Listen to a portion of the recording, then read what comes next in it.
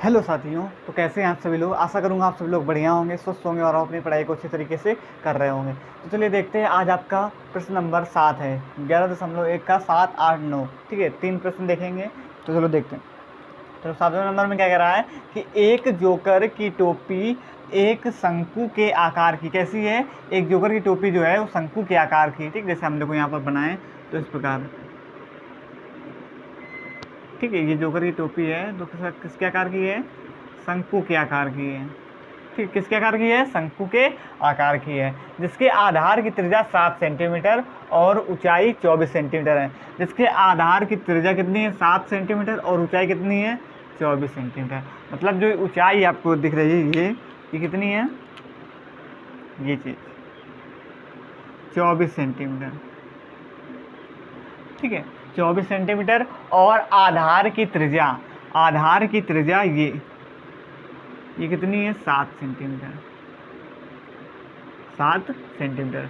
ठीक, तो इसी प्रकार की 10 टोपी बनाने के लिए आवश्यक गत्ते का क्षेत्रफल ज्ञात करो।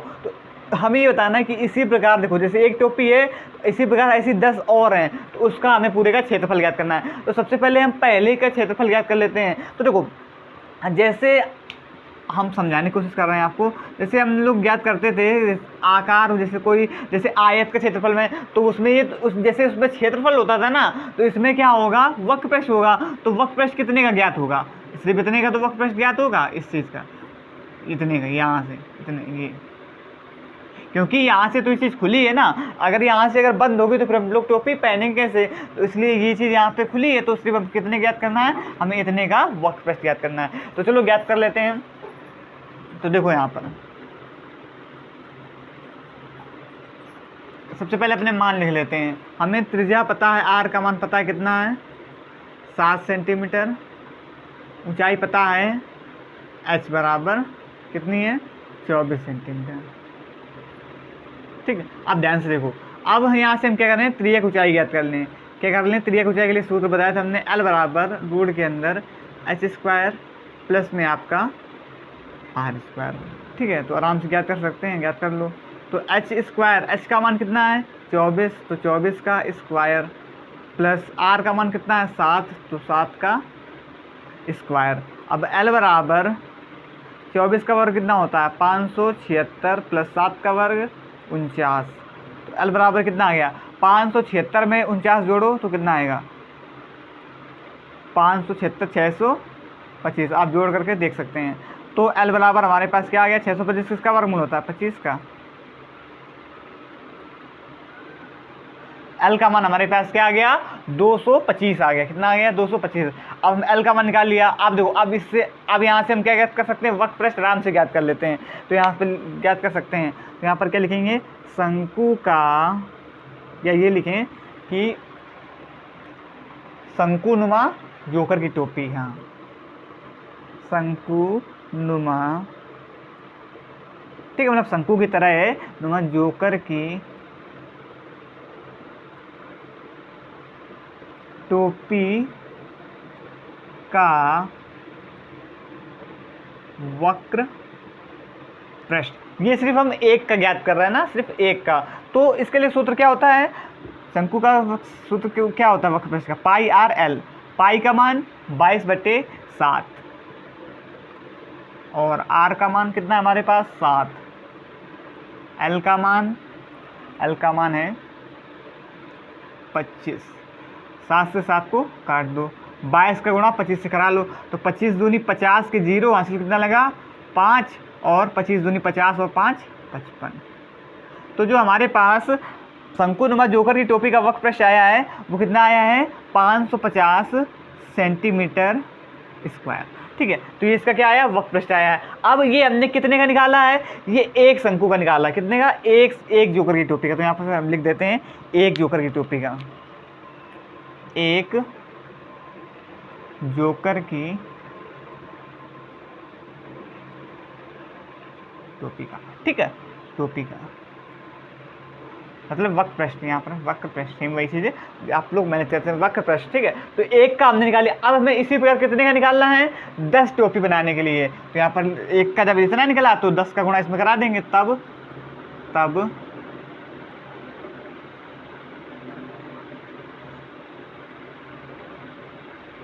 10 टोपी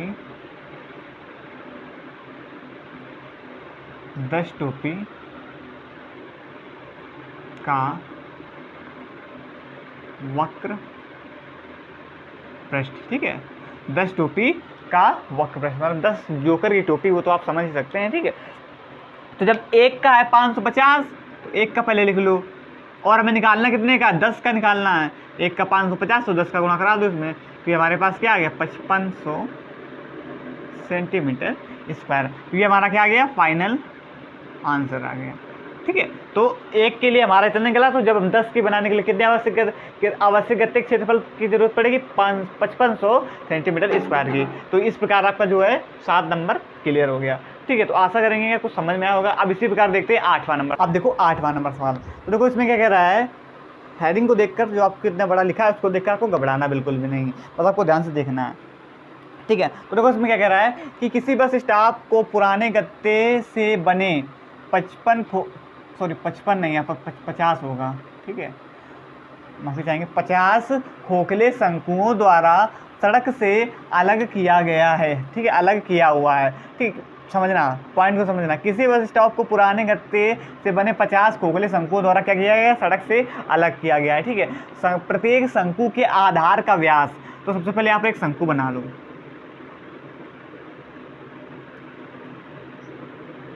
ठीक है, कुछ इस प्रकार।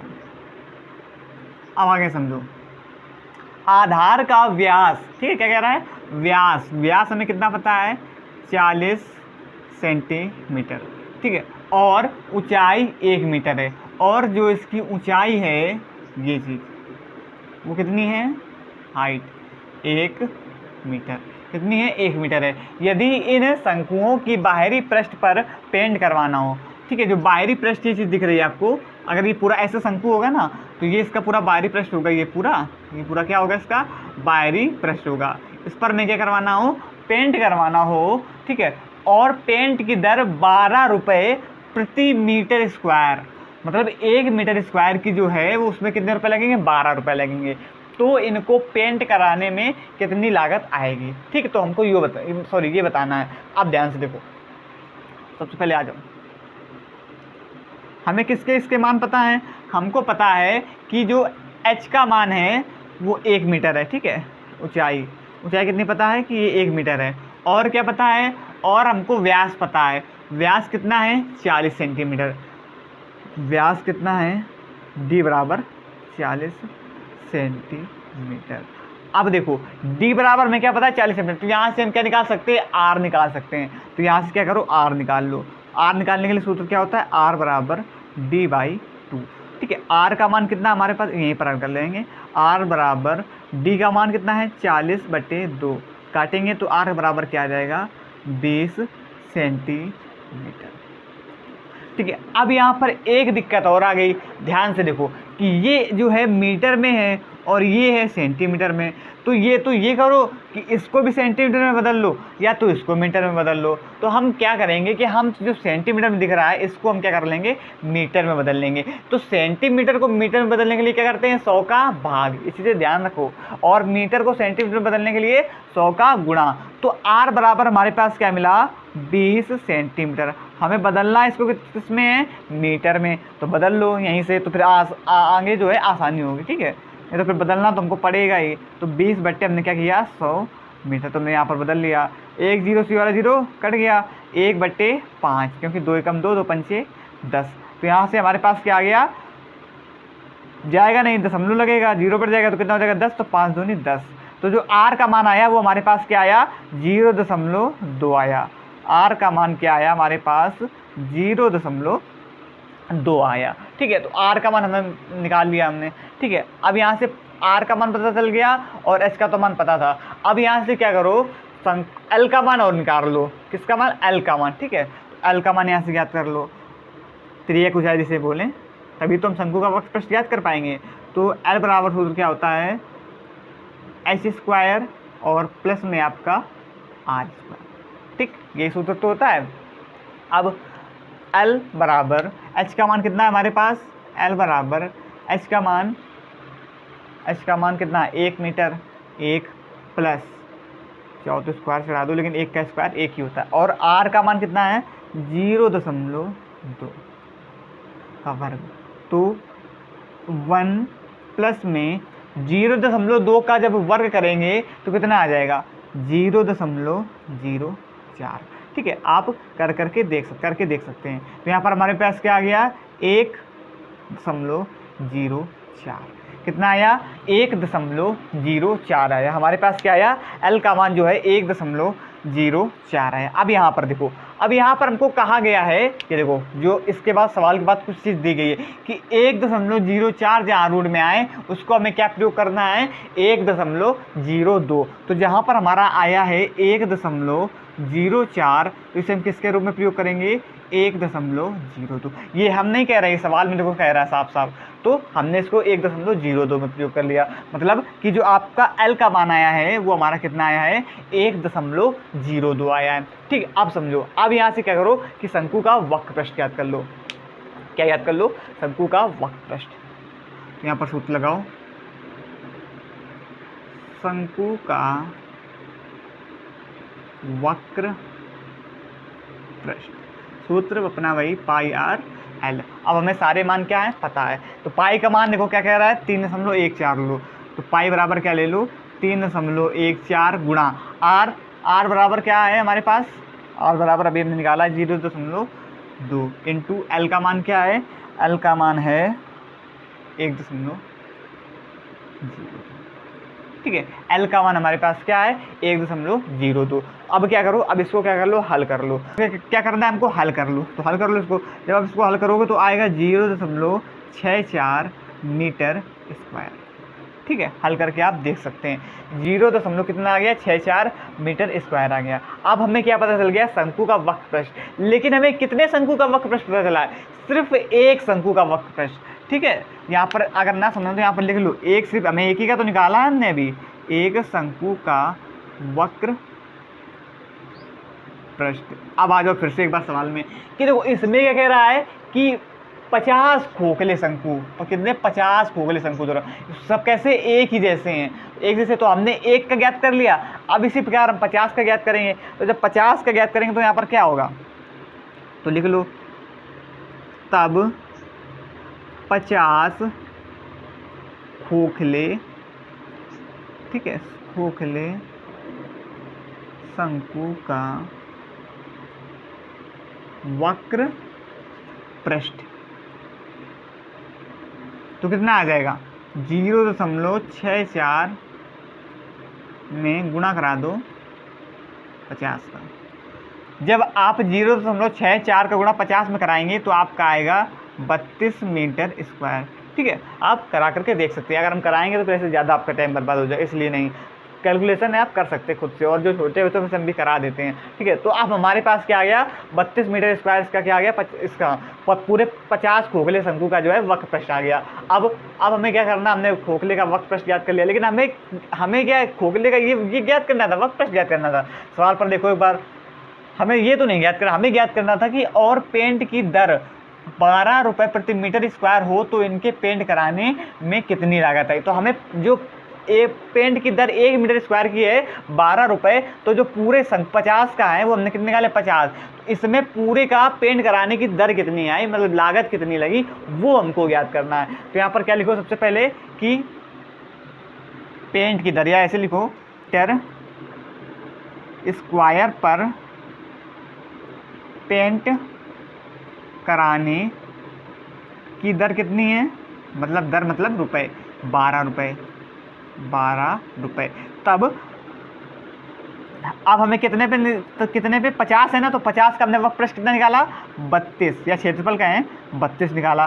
तब 32 मीटर स्क्वायर पर पेंट कराने की दर।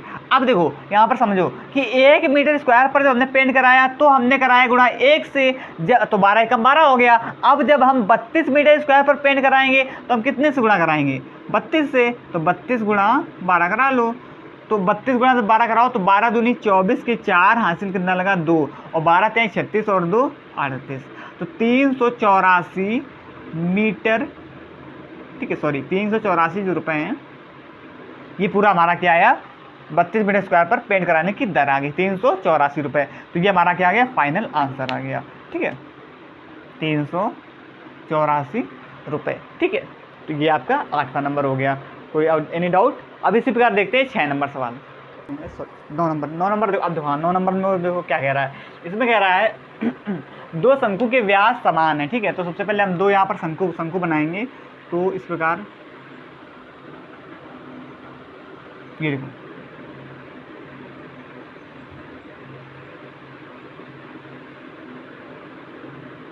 ठीक है, एक शंकु ये बनाया और इसी प्रकार एक दूसरा शंकु